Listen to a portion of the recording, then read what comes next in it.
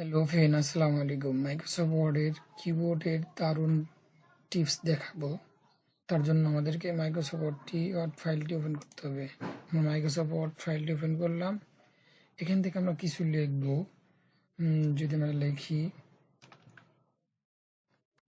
আমরা ফন্টটা চেঞ্জ করে নিই। যদি লিখি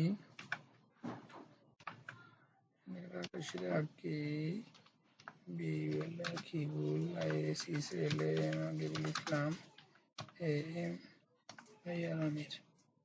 আচ্ছা, এটা লিখলাম। লেখার পরে আমরা যদি আমাদের লাইনগুলো ঠিক করতে চাই, তার জন্য আমাদেরকে কিবোর্ড শর্টকাটের মাধ্যমে আমরা এই লাইনগুলো ঠিক করতে পারি। তার জন্য কন্ট্রোল আর রাইট লাইন, আমরা যদি কন্ট্রোল আর সাথে চাপি তাহলে আমরা রাইট লাইনে চলে যাবে।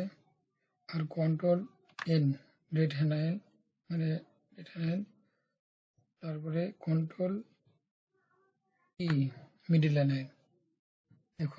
এখন মিডিলে চলে আসছে।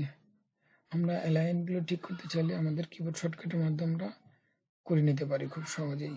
টিপসটি ভালো লাগলে অবশ্যই লাইক করবেন, শেয়ার করবেন এবং পেজটাকে ফলো করতে ভুলবেন না। ধন্যবাদ।